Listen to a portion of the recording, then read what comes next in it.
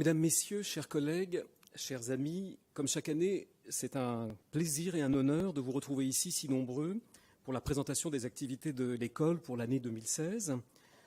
Je tiens aussi à saluer les auditeurs et amis qui, au-delà de cette salle, pour la première fois dans l'histoire de l'école, nous suivent en direct. Cette retransmission est rendue possible, en effet, grâce à l'Institut français de Grèce, dont je veux remercier le directeur, Michael Auchan, présent parmi nous, pour son hospitalité renouvelée et ce service qui nous est très précieux. Pour commencer cependant ce soir, je veux remercier, au-delà des amis présents ici, tous les amis de l'école pour la solidarité qu'ils ont manifestée lors de l'attentat qui a frappé l'école française d'Athènes et l'Institut français de Grèce le 28 février 2017. L'attentat nous a valu de nombreuses visites officielles et toute l'attention de notre ministère de tutelle et du gouvernement français. Après la visite d'Emmanuel Valls le 3 juin 2016, nous avons reçu, juste après l'attentat, la visite du Premier ministre français Bernard Cazeneuve et du secrétaire d'État à la Recherche Thierry Mandon, ce qui était un très grand honneur pour l'école française. Mais si aujourd'hui c'est un grand jour pour l'école ici en Grèce, avec cette soirée et votre présence, ce l'est aussi en raison d'un autre événement qui se déroule en ce moment même à Paris, à l'Institut de France. C'est la remise du prix Del Duca, Grand Prix de l'archéologie, à l'École française d'Athènes, pour ses travaux menés à Thasos, en particulier pour le programme des abords nord de l'Artémision, qui est un programme mené en collaboration avec l'Université d'Athènes et l'Éphorie de Kavala. Il s'agit d'une maison d'époque byzantine, proto-byzantine, détruite en 620 avant Jésus-Christ et dont l'emplacement présente une occupation jusqu'au 7e siècle avant Jésus-Christ. C'est un véritable observatoire de la vie urbaine de Thasos, de l'époque archaïque à l'époque proto-byzantine. C'est un programme de plus de 10 ans d'exploration, plusieurs années d'études, qui vient d'être couronné par ce très grand prix prestigieux en France, et la cérémonie a lieu en ce moment à Paris. À cette excellente nouvelle s'ajoute une autre, intervenue il y a un an, en juillet 2016, le classement par l'UNESCO de Philippe, du site de Philippe, au patrimoine mondial de l'humanité. Comme vous le savez, il s'agit d'un chantier emblématique de l'école française. En 2014, à l'occasion du centenaire du début des fouilles, l'école avait rappelé l'importance historique de ce site par des publications, un album de photos anciennes, des actes de colloques parus l'an dernier, un corpus d'inscriptions, et par une exposition itinérante qui, en 12 étapes, a fait le tour de la Grèce, un petit peu de la Suisse et d'un certain nombre d'universités en France. Ici, l'affiche pour l'exposition à Strasbourg. L'exposition doit encore être présentée cet été à Vaison-la-Romaine, dans le sud de la France. La gloire de Philippe, par conséquent, parcourt la France entière. Inutile de vous dire que nous sommes très heureux et très fiers de voir les sites dont l'école a la charge recevoir de si hautes distinctions. L'ampleur des missions archéologiques de l'école a été soulignée aussi cette année dans un cycle de conférences qui s'est tenu à la Bibliothèque nationale à Paris, tout cet hiver, l'hiver 2016 à 2017, et dans un numéro spécial de l'été 2016 de la revue française Archéologia sur ces grands sites prestigieux où l'école travaille depuis plus d'un siècle très souvent. La revue, comme ce cycle de conférences, ont retracé l'œuvre de l'école en rappelant qu'en 2016, cela faisait 170 ans que l'école travaille en Grèce. L'œuvre de l'école, vous le savez, repose d'abord sur des hommes et des femmes qui travaillent à l'école, au siège et dans les maisons de fouilles. Vous les voyez ici, à la Pita de 2017, avec nos amis de l'école de Rome, qui étaient venus nous rendre visite. À côté de moi se trouve Catherine Virlouvet, la directrice de l'école française de Rome.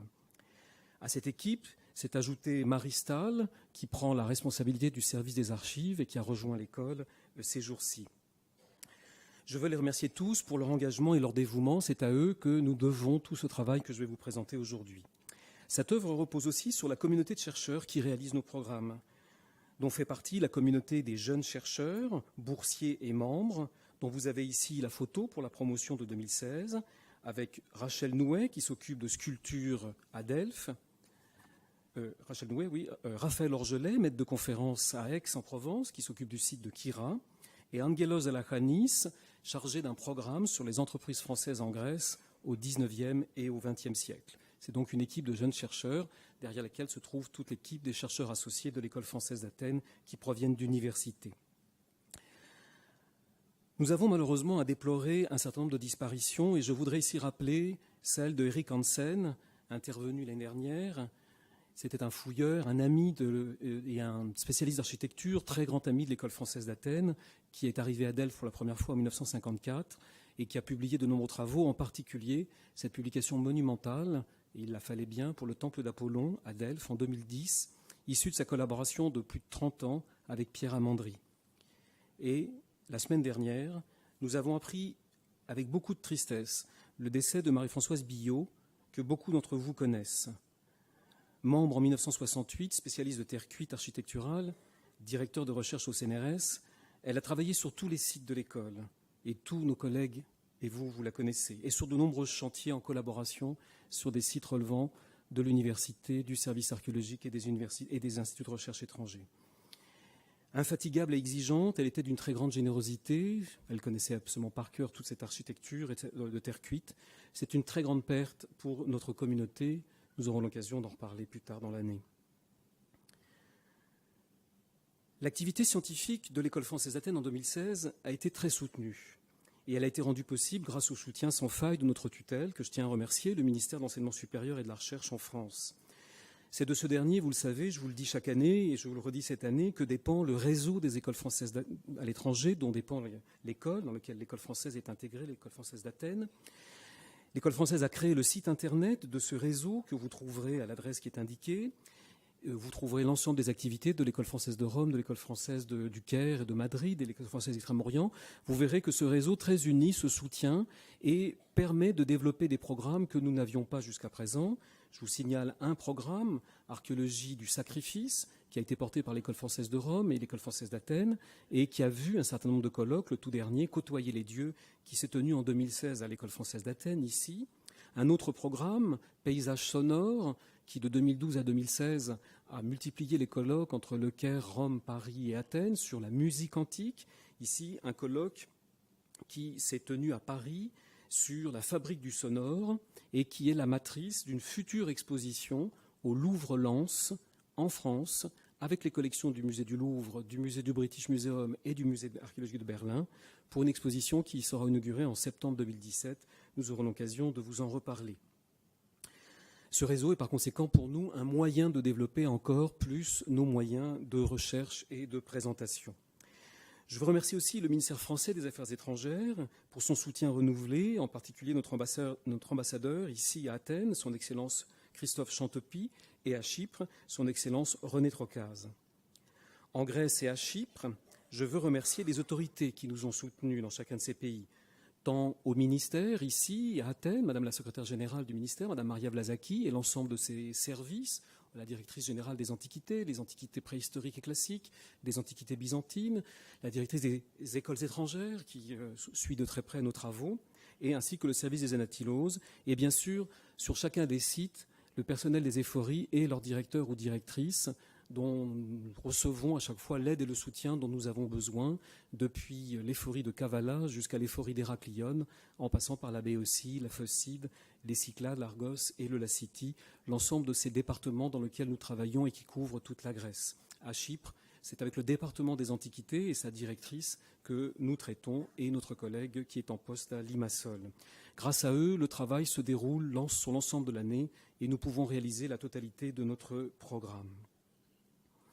Je tiens aussi à remercier l'ensemble des soutiens que nous recevons, publics et privés, soutiens financiers qui viennent augmenter nos moyens pour agir, et en particulier le fonds de dotation de l'École française d'Athènes qui chaque année vient en Grèce suivre nos travaux, visiter les sites pour se rendre compte de la situation. Fonds de dotation qui est constitué de messieurs Louis Schweizer, Jean-Claude Trichet, Étienne Fimelin et Pierre Ducret, président du conseil d'administration de l'école. Nous faisons chaque année un voyage en Grèce pour présenter les travaux. L'an dernier, en mai 2016, c'était à Délos que nous avons pu examiner l'état du site en général. Cette année, pour l'action scientifique de l'école, elle a été marquée par deux faits nouveaux et par un effort particulier pour enrichir et renouveler notre action sur ces sites sur lesquels nous travaillons depuis plus d'un siècle en exploration et en recherche. 2 partenariats prometteurs ont ainsi été noués et devraient nous permettre d'agir de manière différente sur ces sites.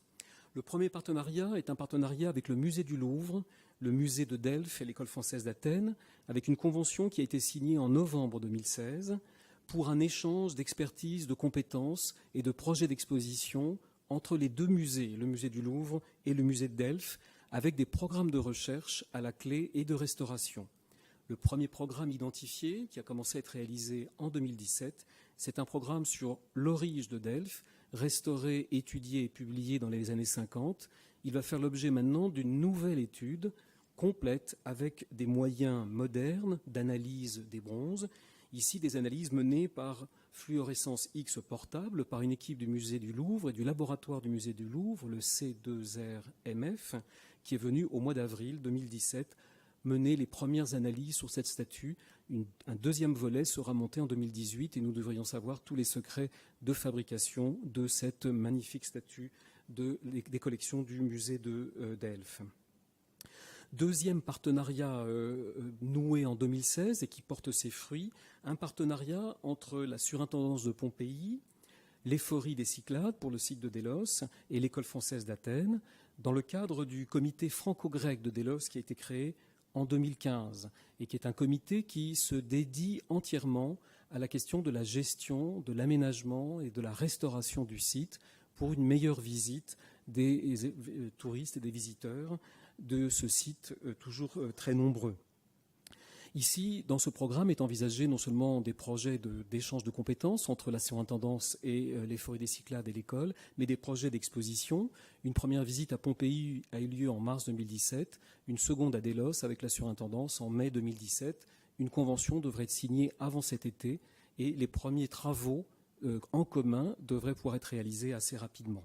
Il y a là un moyen de confronter les problèmes de restauration d'un grand site urbain de Pompéi à un autre grand site urbain en Grèce, le site de Délos, qui présente des problèmes de gestion tout à fait comparables en matière de restauration.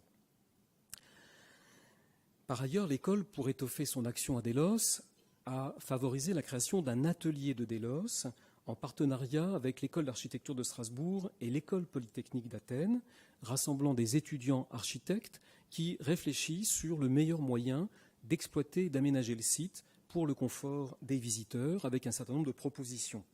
Dans le même temps, l'école, soutenue par la fondation Kaplan, a achevé le programme d'éloignement et de surélévation des blocs menacés par la montée du niveau de la mer grâce à une plateforme réalisée dans l'année 2015-2016 et la remise en place des blocs du monument aux hexagones qui ont pu être réétudiés, classés et remis en place dans l'ordre qui était le leur sur le monument.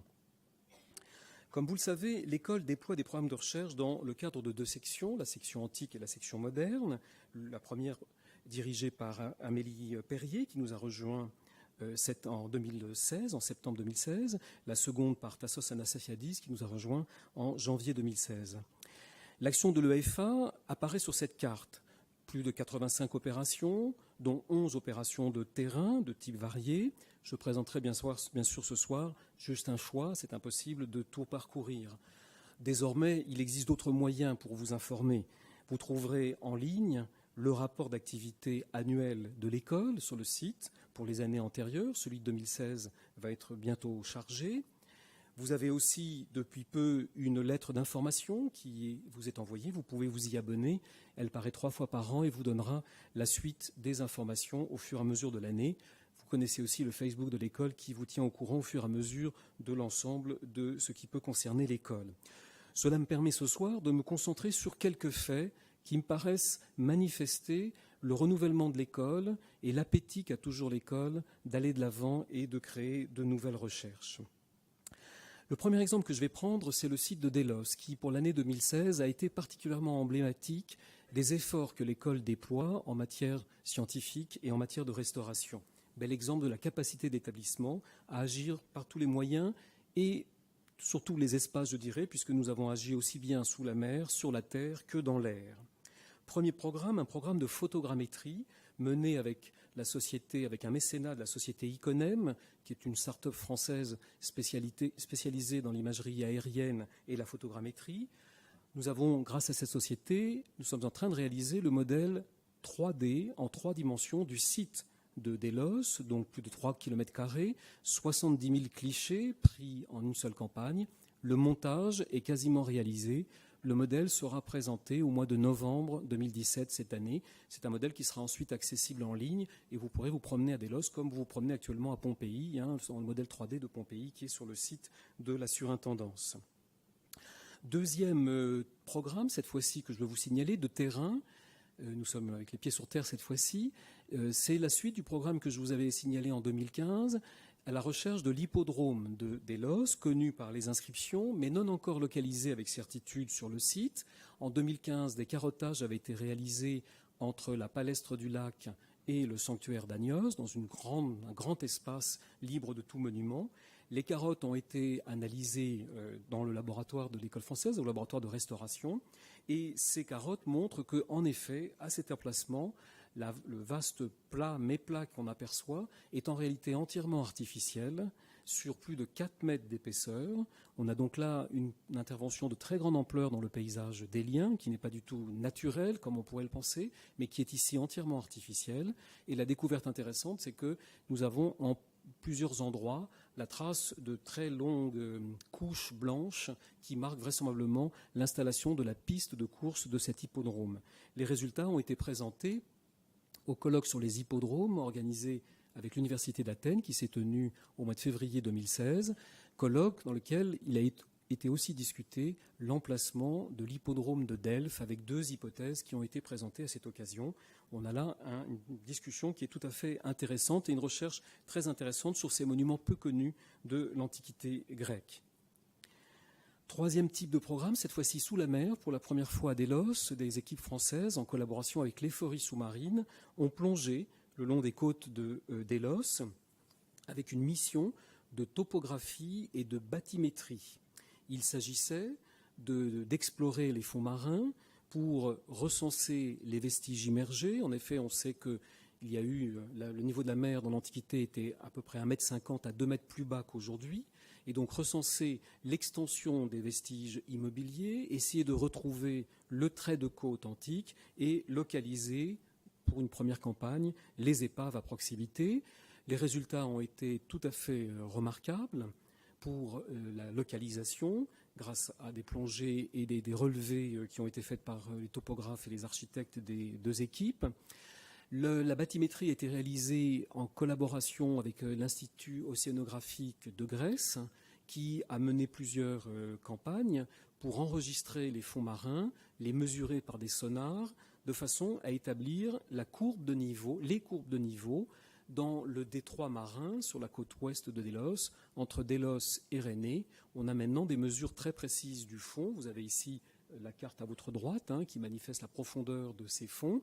Les 2 cartes sur le côté marquent la présence de vestiges immobiliers que nous allons maintenant devoir cartographier car ils appartiennent aux installations portuaires et à la ville de Délos dans l'Antiquité. Il y a là un ensemble d'éléments nouveaux qui vont venir évidemment compléter le système d'information géographique que l'école a constitué avec l'Atlas, en publiant l'Atlas en 2014. Nous allons donc avoir ici un outil extrêmement performant.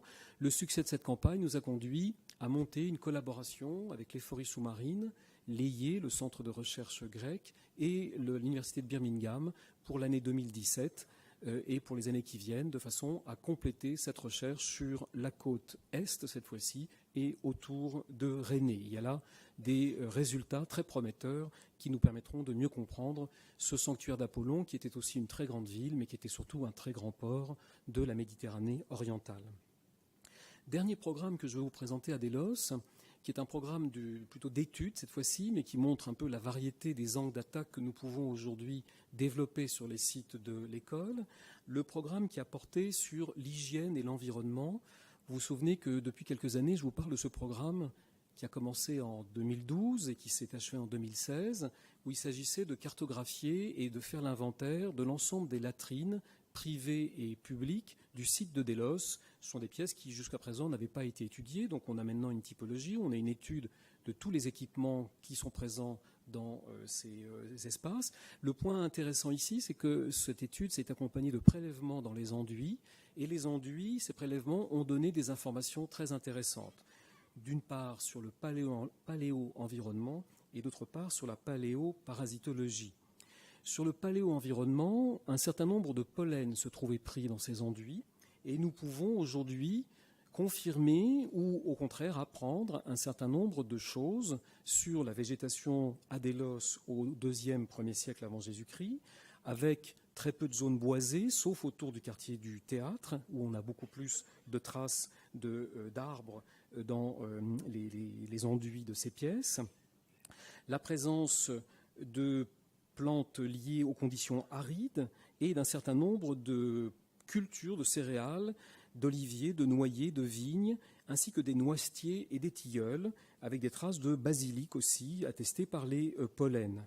On a là un ensemble qui nous permet de préciser la connaissance de l'environnement que nous avions déjà par un certain nombre de prélèvements faits dans les fouilles et par des indications dans les textes épigraphiques. En matière de paléoparasitologie, c'est là que nous avons le plus appris, c'est-à-dire l'état sanitaire de la population délienne.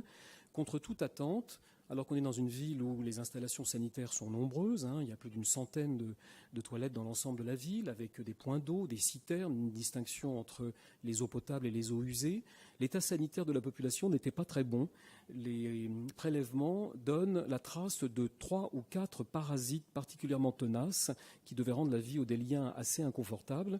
Et on a là une indication qui attend d'autres analyses maintenant pour le confirmer, mais un état sanitaire de la population qui n'était pas aussi bon qu'on pouvait le penser. L'école française, grâce à ce large spectre d'intervention et d'interrogation, avec tous ses moyens, peut mener sur les sites dont elle a la responsabilité des recherches de tout type. Un autre exemple que je peux vous donner, qui est une région où l'école est intervenue assez largement, c'est en Crète, où l'école, historiquement, travaille sur un grand nombre de sites. En 2016, nous avons travaillé à Malia, avec des campagnes d'études sur les magasins sud, près du palais, et sur un quartier d'habitation en vue de publication. Et nous avons travaillé sur 2 sites, travaillé sur le terrain, le site de l'Anavlokos, près de Malia, et le site de Dreros, près de Néapolis, à côté de l'Anavlokos. Je signale, parce que c'est une chose qu'on aura l'occasion de développer dans les années qui viennent, l'école a la chance de travailler sur un site de l'âge du bronze, Malia, un site de la fin de l'âge du bronze et de l'époque géométrique, l'Anavlokos, et un site de l'époque archaïque jusqu'à l'époque hellénistique et même l'époque byzantine, le site de Dreros. Grâce à ces 3 sites, nous disposons d'un observatoire très complet dans une région, le Mirambello, où nous pouvons étudier la naissance des palais, la destruction des palais, le regroupement des communautés, la constitution des cités et le développement des cités. Nous avons là une chance extraordinaire et c'est le sens de ces programmes que nous menons en ce moment sur l'Anavlokos et à Dreros. Sur l'Anavlokos, que vous avez ici, une prospection a été menée de façon à pouvoir réaliser le plan topographique. Aujourd'hui, l'utilisation des drones nous a quand même beaucoup facilité la tâche, même si le site, lui, est extrêmement difficile d'accès et les équipes qui montent là-haut tous les jours sont des équipes particulièrement courageuses, mais le site en vaut la peine puisqu'il avait été fouillé dans les années 30 et on y avait trouvé un sanctuaire, des traces d'habitat et un morceau de nécropole. Le plan topographique, qui est ici à l'écran pas très visible, a permis, et la prospection, de localiser précisément l'extension de la nécropole, d'une part, l'extension de l'habitat, et au contact de la nécropole et de l'habitat, un ensemble de sanctuaires. Un premier avait été vu dans les années 30, 2 nouveaux sont apportés à la connaissance, sanctuaires. Alors ce sont évidemment des pierres sur la pente, mais des traces d'offrandes avec des figurines de terre cuite en plaquettes ou en ronde-bosse qui datent de la fin de l'âge du bronze jusqu'à l'époque géométrique et qui attestent la présence de ces sanctuaires qui devaient jouer un rôle charnière entre le monde des vivants et le monde des morts. Autre site sur lequel nous avons travaillé sur le terrain, à Dreros, c'est un site sur lequel l'école française a travaillé de 2011 avec un protocole jusqu'en 2013, et puis nous venons, après les campagnes d'études, de rouvrir le site. C'est un site difficile lui aussi, qu'il a fallu rouvrir avec une végétation très abondante et des problèmes de gestion de ces pierriers immenses qui couvrent cette montagne. C'est une cité d'époque archaïque qui était connue pour son agora, Le programme a donc, l'année dernière, porté sur la poursuite du dégagement de l'agora, qui se révèle beaucoup plus ample et plus complexe que ce qui avait été vu dans les années 30, en particulier les deux ailes des gradins. Ces deux ailes sont beaucoup mieux conservées que ce qui avait été vu, et à l'angle que forment ces deux ailes se trouvent deux pièces munies de banquettes, exactement comme sur le modèle du site de Lato qui se trouve un petit peu plus loin. L'état que nous dégageons actuellement est un état d'époque hellénistique, 2e siècle avant Jésus-Christ. Nous sommes à la recherche de l'état antérieur, de l'état archaïque, qui serait contemporain du temple qui se trouve un petit peu plus loin. En tout cas, architecturalement, on a là un ensemble nouveau, tout à fait intéressant, qui est en train d'apparaître au jour. Cette fouille s'accompagne aussi d'une fouille de maison en contrebas, une maison qui avait été commencée à être fouillée, qui continue de livrer de grandes pièces d'apothèques, de magasins remplis de vases, avec énormément de pitos brisés en place qui sont dégagés et prélevés au fur et à mesure. On a là une maison hellénistique très bien conservée, elle aussi, sur cette pente nord du site de Dreiros. Et une dernière campagne porte sur l'acropole où se trouve une forteresse byzantine cachée par la forêt et qui est en cours de dégagement pour pouvoir être étudiée. C'est vraisemblablement un très grand monument de cette époque qui se trouve sur l'acropole est du site de Dreiros. L'école, évidemment, à côté de ces activités de terrain, qui sont des activités importantes, qui mobilisent des équipes nombreuses, a mené des campagnes d'études sur l'ensemble des sites, dont je vous remets la carte ici sous les yeux. Je ne peux évidemment pas, comme je vous l'ai dit, vous les signaler tous. Je retiendrai l'exemple de Delphes, car c'est un exemple qui est assez emblématique du travail de fourmi qui est mené par les équipes de l'École française d'Athènes, et travail de fourmi indispensable pour la publication. C'est le parti que nous avons pris ces dernières années, de ralentir l'activité de fouille et d'augmenter l'activité d'études et de publication, de façon à présenter au public spécialisé et au grand public le résultat. Un exemple emblématique se trouve au musée de Delphes par une équipe que dirige Jean-Luc Martinez, le président du Louvre, qui est spécialiste d'architecture et de sculpture et que je présente ici. C'est un programme de recherche sur l'ensemble du corpus de sculpture du musée de Delphes. Je le signale parce que ce programme s'accompagne de prélèvements faits sur ces statues qui sont parmi les plus importantes de la statuaire grecque de l'époque archaïque à l'époque impériale. Et je tiens à saluer ici et à remercier très vivement le ministère de la Culture qui a autorisé les prélèvements sur ces sculptures très célèbres, prélèvements qui ont été faits très soigneusement, des emplacements très précis, dans des quantités très fines. Mais les résultats sont évidemment très intéressants et très importants. Je vous en signale deux, les autres seront publiés prochainement. Sur cette statue très célèbre de l'Antinoüs, dont on pensait qu'il était en marbre d'origine grecque. En réalité, ce marbre se révèle être un marbre d'Asie mineure, celui qui est utilisé pour Aphrodisias, et c'est le marbre courant pour les commandes impériales des Antonins. On a donc là une statue qui rejoint un corpus de production très classique et qui vient, en quelque sorte, la connaissance se trouve étoffée par cette analyse. De la même manière, à gauche, sans analyse cette fois-ci, mais rien que par étude longue et attentive dans les réserves du musée, l'ensemble des morceaux d'une cariatide, dont on savait qu'on avait les fragments, mais dont on ne voyait pas bien comment elle se combinait, l'ensemble des morceaux de cette cariatide du trésor de Cnide ont pu être rassemblés. Vous l'avez ici sur la partie centrale, et elle se compare à l'autre cariatide qui est présentée au musée de Delphes. C'est sa petite sœur, et on a là maintenant deux cariatides qui sont parmi les très belles pièces du VIe siècle avant Jésus-Christ dans les collections du musée de Delphes. C'est un travail de fourmi, mais qui fait évidemment progresser nos connaissances dans ce domaine. Nous passons à Chypre, puisque nous travaillons aussi à Chypre, où l'école française a mené des travaux de terrain importants. Vous savez que c'est un site très important sur lequel l'école travaille depuis 1974. Une fouille est menée au contact de l'agora et du port pour étudier l'espace intermédiaire.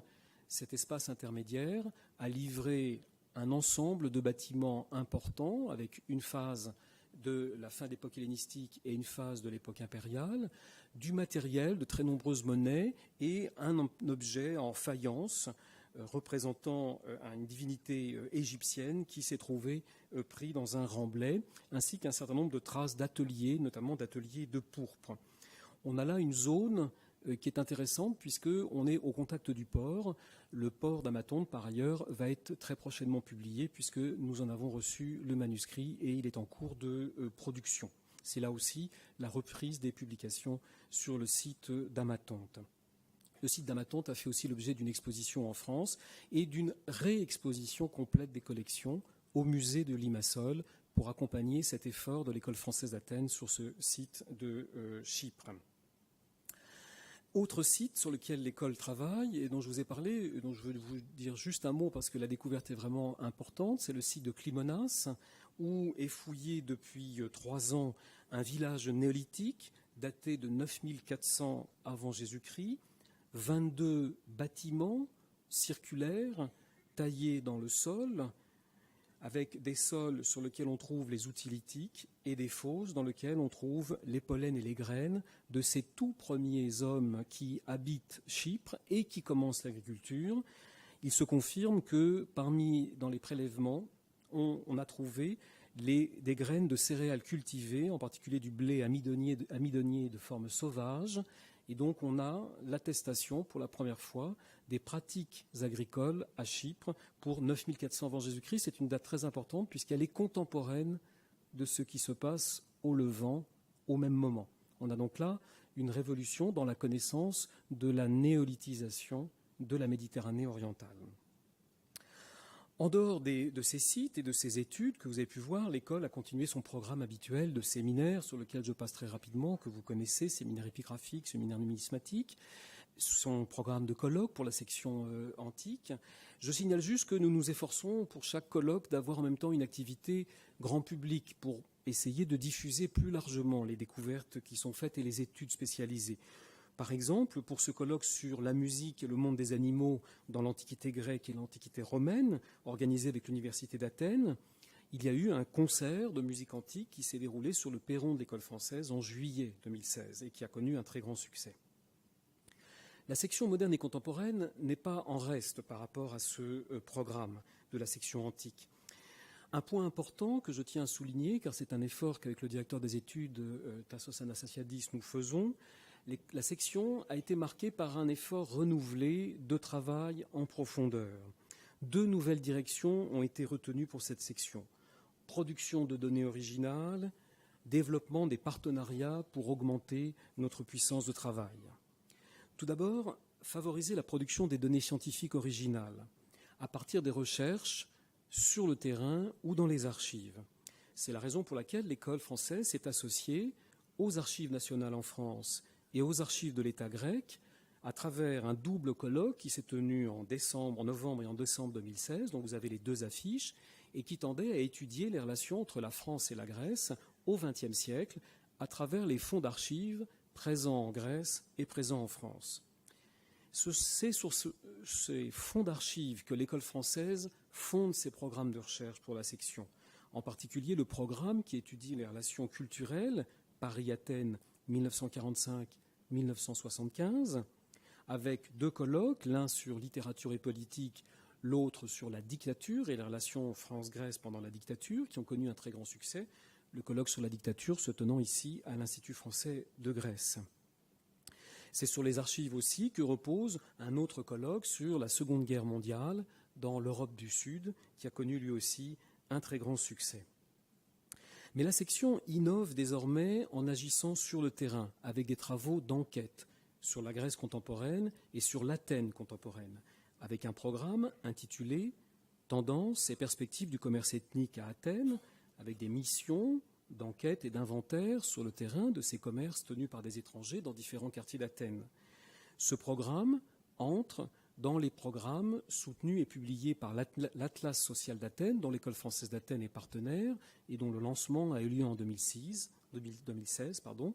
C'est un outil interactif et collaboratif extrêmement intéressant que cet Atlas social, dont je vous recommande la visite. Il est composé d'études successives validées par un comité scientifique. L'École française d'Athènes prépare la version française de cet atlas. Il est pour l'instant disponible en version grecque et en version anglaise. Je vous recommande vivement de lire un certain nombre d'articles sur les modifications de la ville d'Athènes. C'est pour moi aussi un moyen de rappeler que notre école française est d'Athènes et est liée au destin de la ville d'Athènes. C'est la raison pour laquelle nous soutenons cet atlas et que nous en travaillons la version française. Mais la section antique s'engage aussi sur des programmes de terrain qui sont plus archéologiques et qui portent sur du mobilier, en particulier sur de la céramique, en soutenant un programme de l'université Aristote sur le décor en céramique des églises de plusieurs villages du Pylion, ces coupes ou ces assiettes insérées dans des façades d'églises, pour une part au XVIe siècle et pour une autre part au XVIIIe siècle, constituent des éléments tout à fait innovants de la décoration de ces églises. Cette pratique est attestée à l'époque byzantine dans plusieurs églises du Péloponnèse, mais n'a pas encore été repérée en Grèce continentale pour l'époque ottomane, et c'est un programme que soutient l'école. En parallèle, pour accompagner cette recherche sur la céramique grecque moderne, l'école a lancé un séminaire sur ce sujet, la céramique dans l'espace grec du XVIe au XXe siècle, et c'est une série de séminaires qui connaît un très grand succès à l'école. Ensuite, la seconde direction retenue pour le développement de la section est la mise en place de partenariats et de collaborations. J'en donne juste quelques exemples, en particulier dans le domaine de la formation, où la section joue un rôle très important pour former de jeunes chercheurs à l'évolution et aux mutations de l'hellénisme depuis l'époque ottomane jusqu'à nos jours. Par exemple, avec ce colloque « Historiographie de la Méditerranée » qui a été monté avec le réseau d'excellence Ramsès et l'Institut de recherche hellénique ici à Athènes, mais aussi le colloque « Protection des réfugiés et gestion des frontières » avec le Centre Jean Monnet de Montréal, et un autre partenariat qui a été monté avec la mission du centenaire à Paris pour la commémoration de la Première Guerre mondiale, qui est un partenariat fort qui nous permet non seulement de bénéficier d'un soutien financier, mais d'un accès aux archives de la présence de l'armée d'Orient en Grèce. Ce soutien a permis d'organiser un séminaire de formation à destination des jeunes chercheurs en master pour former de futurs chercheurs inscrits en thèse qui travailleront sur ces fonds d'archives qui sont d'une extraordinaire richesse. Nous l'avons vu lors du colloque organisé sur les événements de décembre 1916. Nous avons organisé ce colloque en décembre 1916, où l'école française s'est retrouvée en première ligne, colloque organisé avec l'université de Patras. Ce partenariat permet de travailler sur des fonds d'archives d'une richesse considérable et d'étudier l'œuvre tout entière de la Moyen-Orient, pas seulement à Thessalonique, mais à Athènes, à Corfou et à Itéa, dans différentes régions de Grèce, à travers des fonds photographiques et des archives, des mémoires, des rapports très nombreuses qui se trouvent en France. Vous en aurez un aperçu avec une exposition qui va ouvrir au musée Benaki en septembre 2017 sur Athènes en 1917, grâce à un lot de photos retrouvées dans les archives de l'armée, qui représente un lot de 500 plaques de verre, dont une centaine ont été sélectionnées, et qui montre Athènes dans l'année 1917 telle qu'elle était avant la grande catastrophe. C'est la ville néoclassique, juste pendant la Première Guerre mondiale, avec des vues tout à fait étonnantes. Vous en aurez un aperçu à travers des bannières qui sont dans le jardin de l'École française d'Athènes où vous irez ce soir. Voilà pour les orientations que prend la section. Vous voyez que dans les années qui viennent, nous aurons pour la section antique, pour la section moderne et contemporaine, des résultats de recherche de terrain avec des données nouvelles sur un certain nombre de sujets, en particulier sur les échanges entre la France et la Grèce au XIXe et au XXe siècle. Mais l'école française, c'est aussi un centre de documentation et de diffusion qui n'est pas en reste à côté de cette programmation scientifique. En dehors de ces programmes que je vous ai présentés très rapidement, l'école, avec ses équipes et ses différents services, a poursuivi ses efforts en faveur de la diffusion des connaissances et de la documentation. D'abord à la bibliothèque, que vous êtes nombreux à fréquenter. Sachez qu'un nouveau portail Internet permet d'accéder en ligne à des ressources toujours plus nombreuses, ressources électroniques, mais aussi des portails d'entrée qui permettent d'accéder directement aux nouvelles acquisitions suivant les périodes et toutes sortes d'autres services. C'est un nouvel outil à distance pour les chercheurs qui travaillent sur l'hellénisme et ses mutations. De même, au service des archives, la poursuite de la valorisation du fonds se poursuit. En 2016 et en 2017. En juin 2016, une exposition sur l'architecte Tournaire à Delphes avait permis de présenter un certain nombre d'aquarelles dans la salle des conférences de l'école. Cette année, en 2017, vous pourrez voir une exposition sur des architectes russes qui ont travaillé à l'école au XXe siècle, une exposition qui s'intitule « Regard russe sur la Grèce ». Mais le programme qui a occupé 2016, c'est le programme de numérisation des estampages de l'École française d'Athènes. L'école dispose de 8000 estampages qui couvrent un très grand nombre de sites à travers la Grèce et des estampages qui ont été réalisés essentiellement au XIXe siècle, quelques-uns au XXe siècle. C'est un programme mené avec la Maison de l'Orient et le centre de recherche ISOMA, ainsi que l'Université de Floride. C'est une numérisation 3D des estampages, de façon à pouvoir ensuite les manipuler. Vous en avez une démonstration sur le site de l'Université de Floride. Une fois que l'estampage est numérisé, vous pouvez faire varier les lumières de façon à faire apparaître les lettres. Vous pouvez aussi manipuler l'estampage de façon à mieux lire les lettres qui sont enregistrées sur ces papiers. Et on a là un outil qui sera évidemment extrêmement précieux pour les épigraphistes et qui sera bientôt ouvert à la consultation. 8000 estampages à Athènes, un peu plus de 10 000 à Lyon. On aura 18 000 estampages en ligne pour les chercheurs qui travaillent sur ces textes, parmi lesquels les plus importants provenant en particulier de Delphes et de Délos, bien sûr. Le service des archives a poursuivi le traitement des fonds d'archives qui nous seront déposés, en particulier le fonds Gilliéron qui nous a été déposé très généreusement. Non seulement le fonds manuscrit a été inventorié, il y a maintenant un outil de signalement des pièces d'archives qui a été réalisé, mais l'ensemble de l'atelier qui a été déposé avec tous les outils et tous les moules est en cours d'inventaire avec une équipe de chercheurs qui travaillent dessus. Vous avez ici un aperçu du rangement et du classement qui a été effectué. L'inventaire de l'atelier sera réalisé en 2017 et sera disponible.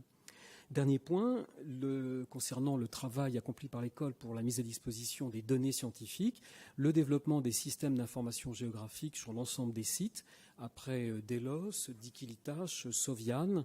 Maintenant, le SIG d'Amatonte est quasiment prêt et sera bientôt disponible pour les chercheurs. Ce sont des systèmes d'information géoréférencés dans lesquels sont rentrés progressivement tous les plans produits par les équipes françaises.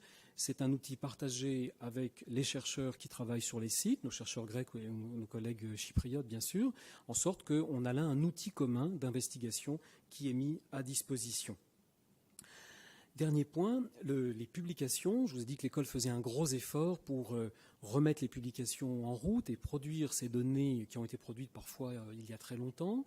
L'année 2016 a été une année faste puisque nous avons réussi à publier 12 volumes, ce qui est une prouesse dans les annales de l'école d'arriver à ce chiffre, aussi bien des corpus épigraphiques, toujours très compliqués à faire, que des monographies architecturales, que des thèses de membres, puisque c'est une de nos missions que de publier les travaux des jeunes chercheurs, que des actes de colloque ou des corpus d'objets comme celui de Thasos ici, mais aussi des travaux qui concernent la section contemporaine, comme cet acte de colloque très attendu et qui connaît un succès considérable sur Crétomania, qui est la réception de l'art minoen au XXe siècle.